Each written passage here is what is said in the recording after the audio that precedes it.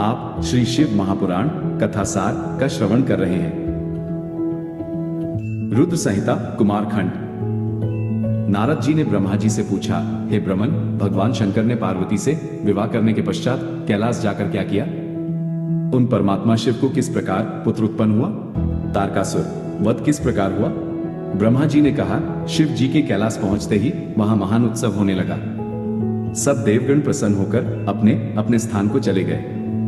इसके बाद भगवान शंभु पार्वती के साथ देवताओं के वर्ष परिमाण के अनुसार 1000 वर्ष तक विहार करते रहे। कुमार कार्तिकेय के जन्म की कथा। ब्रह्मा जी ने कथा प्रसंग सुनाकर कुमार के गंगा से उत्पन्न होने तथा कृत्तिका आदि 6 स्त्रियों के द्वारा उनके पाले जाने, उन 6 की संतुष्टि के लिए उनके 6 मुख धारण करने और कृत्तिकाओं के द्वारा पाले जाने के कारण उनका कार्तिकेय नाम होने की बात कही। तदनंतर उनके शंकर गिरिजा की सेवा में लाए जाने की कथा सुनाई। फिर ब्रह्मा जी ने कहा, भगवान शंकर ने कुमार को गोद में बैठाकर अत्यंत स्नेह किया। देवताओं ने उन्हें नाना प्रकार के पदार्थ, विद्याएं, शक्ति तथा अस्त्र शस्त्र प्रदान किए। पार्वती के हृदय में प्रेम समाता नहीं था। उन्होंने हर्षपूर्वक कुमार को उत्तम ऐश्वर्य प्रदान किया, साथ ही चिरंजीवी भी बना दिया। तारकासुर संग्राम। इसी बीच देवताओं ने भगवान शंकर से कहा, प्रभो, तारकासुर कुमार के हाथों ही मारा जाने वाला है, इसलिए ही यह पार्वती, परिणय तथा कुमार उत्पत्ति आदि उत्तम चरित्र घटित हुआ है। अतः हम लोगों के हितार्थ उसका काम तमाम करने के हेतु कुमार को आज्ञा दीजिए। हम लोग आज ही अस्त्र शस्त्र से सुसज्जित होकर तारक को मारने के लिए रण यात्रा करेंगे। ब्रह्मा जी कहते हैं, मुने ये सुनकर भगवान शंकर का हृदय दयार्द्र हो गया। उन्होंने उनकी प्रार्थना स्वीकार करके उसी समय तारक का वध करने के लिए अपने पुत्र कुमार को देवताओं को सौंप दिया। फिर तो शिव जी की आज्ञा मिल जाने पर ब्रह्मा, विष्णु आदि सभी देवता एकत्र होकर तुरंत ही उस पर्वत से चल दिए। उस समय श्रीहरि आदि देवताओं के मन में पूर्ण विश्वास था कि ये तारकासुर का वध अवश्य कर डालेंगे।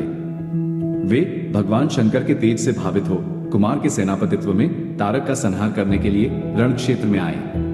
उधर महाबली तारक ने जब देवताओं के इस युद्ध उद्योग को सुना तो वह भी एक विशाल सेना के साथ देवों से युद्ध करने के लिए तत्काल ही चल पड़ा।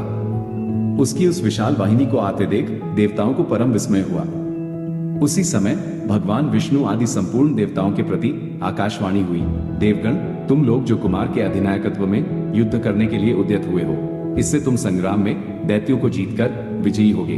ब्रह्मा जी कहते हैं, मुने, उस आकाशवाणी को सुनकर सभी देवताओं का उत्साह बढ़ गया। उनकी युद्ध कामना बलवती हो गई और वे सब युद्ध के लिए आ डटे। इधर बहुसंख्यक असुरों से घिरा हुआ वह तारक भी बहुत बड़ी सेना के साथ वहां आ धमका। भयंकर युद्ध होने लगा। भगवान श्रीहरि ने अपने आयुध सुदर्शन चक्र और शार्ंग धनुष को लेकर युद्ध स्थल में महादैत्य तारक पर आक्रमण किया। तदनंतर सबके देखते देखते श्रीहरि और तारकासुर में अत्यंत रोमांचकारी महायुद्ध छिड़ गया। तब ब्रह्मा जी ने स्वामी कार्तिक से कहा, हे पार्वती सुत विष्णु और तारकासुर का यह व्यर्थ युद्ध शोभा नहीं दे रहा है, क्योंकि विष्णु के हाथों इस तारक की मृत्यु नहीं होगी। यह मुझसे वरदान पाकर अत्यंत बलवान हो गया है। हे पार्वती नंदन, तुम्हारे अतिरिक्त इस पापी को दूसरा कोई नहीं मार सकता। तुम शीघ्र ही उस दैत्य का वध करने के लिए तैयार हो जाओ।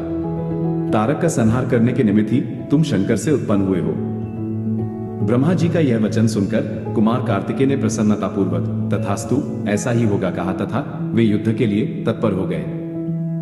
कुमार कार्तिकेय के साथ तारकासुर का भयंकर युद्ध होने लगा। सबके देखते देखते कुमार के आघात से तारकासुर सहसा धराशायी हो गया और उसके प्राण पखेरु उड़ गए। महाबली दैत्यराज तारक के मारे जाने पर सभी देवता आनंद मग्न हो गए। उस समय भगवान शंकर भी कार्तिकेय की विजय का समाचार पाकर पार्वती जी के साथ प्रसन्नतापूर्वक वहां पधारे। स्नेह से युक्त पार्वती जी परम प्रेम पूर्वक अपने पुत्र कुमार को अपनी गोद में लेकर लाड़ प्यार करने लगी। उस समय वहां एक महान विजयोत्सव मनाया गया। देवताओं ने पुष्प वर्षा की। तत्पश्चात भगवान रुद्र जगत जननी भवानी के साथ अपने निवास स्थान कैलाश पर्वत को चले गए। इधर सभी देवताओं ने शंकर नंदन कुमार का स्तवन करते हुए निवेदन किया, हे कुमार, आपने असुरराज तारक को मारकर हम सबको तथा चराचर जगत को सुखी कर दिया। अब आप अपने माता पिता पार्वती और शंकर का दर्शन करने के लिए शिव के निवास स्थल कैलाश पर चलने की कृपा करें। तदनंतर सब देवताओं के साथ कुमार स्कंद शिव जी के समीप कैलाश पहुंच गए। वहां शिव शिवा के साथ सबने बड़ा आनंद मनाया। देवताओं ने शिव जी की स्तुति की। शिव जी ने उन सबों को वरदान तथा अभयदान देकर विदा दिया। भगवान गणपति के जन्म की कथा। नारद जी बोले, प्रजानाथ, मैंने स्वामी कार्तिक के सब वृतांत तथा उनकी उत्तम कथा सुन ली। अब गणेश का उत्तम चरित्र सुनना चाहता हूँ। ब्रह्मा जी बोले, हे नारद, एक समय पार्वती के मन में ऐसा विचार आया कि मेरा कोई एक ऐसा सेवक होना चाहिए जो परम शुभ, कार्यकुशल और मेरी ही आज्ञा में तत्पर रहने वाला हो।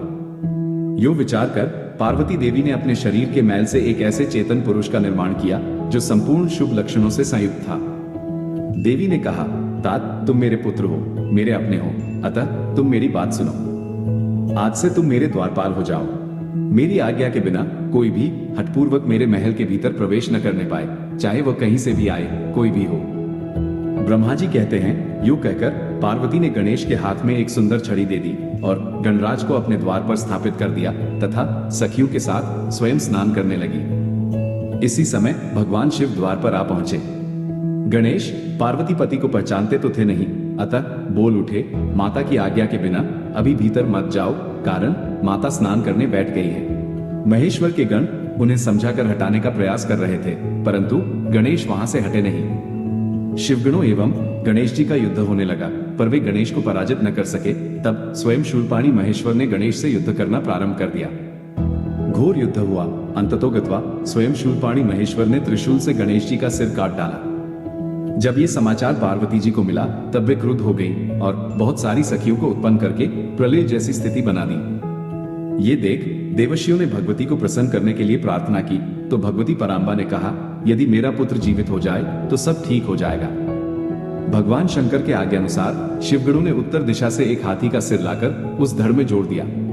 इसके अनंतर देवताओं ने वेद मंत्रों द्वारा जल को अभिमंत्रित कर उस बालक के शरीर पर छिड़का, जिससे वह बालक चेतना युक्त होकर जीवित हो गया। अपने पुत्र को जीवित देखकर पार्वती देवी प्रसन्न हो गईं और उन्होंने हर्षातिरेक से उसका मुख चूमा और प्रेम पूर्वक उसे वरदान देते हुए कहा, अब से संपूर्ण देवताओं में तेरी अग्नि पूजा होती रहेगी और तुझे कभी दुख का सामना नहीं करना पड़ेगा। ब्रह्मा जी कहते हैं, हे मुने, तदनंतर ब्रह्मा, विष्णु और शंकर आदि सभी देवताओं ने मिलकर पार्वती को प्रसन्न करने के लिए गणेश को सर्वाध्यक्ष घोषित कर दिया। शिव जी कहते हैं, हे गिरिजानंदन, विघ्नाश के कार्य में तेरा नाम सबसे श्रेष्ठ होगा, तू सबका पूज्य है। इतना कहने के पश्चात महात्मा शंकर गणेश को पुनः वरदान देते हुए बोले, हे गणेश्वर, तू भाद्रपद मास के कृष्ण पक्ष की चतुर्थी को चंद्रमा का शुभोदय होने पर उत्पन्न हुआ है, इसलिए उसी दिन से आरंभ करके तेरा उत्तम व्रत करना चाहिए। यहाँ शिव जी ने चतुर्थी व्रत की शास्त्रोक्त विधि तथा उसकी महिमा का वर्णन प्रस्तुत किया है। गणेश विवाह की कथा। कुछ समय बीत जाने पर एक दिन शिव पार्वती के मन में यह विचार आया कि हमारे दोनों पुत्र विवाह के योग्य हो गए हैं। उधर गणेश और कार्तिक दोनों पुत्रों में भी विवाह करने की इच्छा प्रबल होने लगी। पहले विवाह हमारा होना चाहिए, दोनों ने यह इच्छा व्यक्त की। शिव पार्वती ने कहा, सुपुत्रों, हम लोगों ने पहले से एक ऐसा नियम बना रखा है कि जो सारी पृथ्वी की परिक्रमा करके पहले लौट आएगा, उसी का विवाह पहले होगा।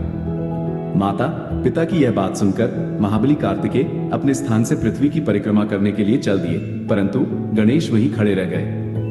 वे मन में विचार करने लगे कि परिक्रमा तो मुझसे हो नहीं सकेगी, अब मैं क्या करूं? गणेश जी ने अपने माता पिता शिव पार्वती को सुंदर आसन पर बिठाया और विधि पूर्वक उनकी पूजा कर 7 परिक्रमाएं संपन्न की और निवेदन किया कि शास्त्रों के अनुसार मेरी पृथ्वी परिक्रमा पूर्ण हो गई, अतः मेरा विवाह पहले कर देना चाहिए। भगवान शिव ने गणेश जी की बात स्वीकार कर ली और सिद्धि एवं बुद्धि के साथ गिरिजानंदन गणेश का विवाह संपन्न हो गया। उनकी सिद्धि नामक पत्नी से क्षेम और बुद्धि से लाभ नामक पुत्र हुआ। कुमार का क्रौंच पर्वत पर जाना। इधर नारद ने कार्तिकेय को माता पिता के द्वारा छल करने की बात कहकर उन्हें भड़काया। कुमार स्कंद माता पिता को प्रणाम कर क्रोधाग्नि से जलते हुए शिव के मना करने पर भी क्रौंच पर्वत पर चले गए और तभी से वे आज भी वहीं पर हैं। ब्रह्मा जी कहते हैं, हे देवर्षि, उसी दिन से लेकर वे शिव पुत्र कार्तिकेय कुमार ही रह गए। कृत्तिका नक्षत्र युक्त कार्तिक पूर्णिमा तिथि में जो व्यक्ति कुमार का दर्शन करता है, उसके पाप भस्म हो जाते हैं और उसे मनोवांछित फल की प्राप्ति हो जाती है। स्कंद का वियोग होने पर उन्हें सुखी करने के लिए शिव पार्वती स्वयं अपने अंश से क्रोच पर्वत पर गए। वहां मल्लिकार्जुन नामक ज्योतिर्लिंग है, आज भी वहां उनके दर्शन होते हैं। पार्वती सहित उन शिव को आया जानकर वे कुमार विरक्त होकर वहां से अन्यत्र जाने को उद्यत हो गए। देवताओं और मुनियों के बहुत प्रार्थना करने पर भी वे कार्तिकेय उस स्थान से 3 योजन दूर हटकर निवास करने लगे।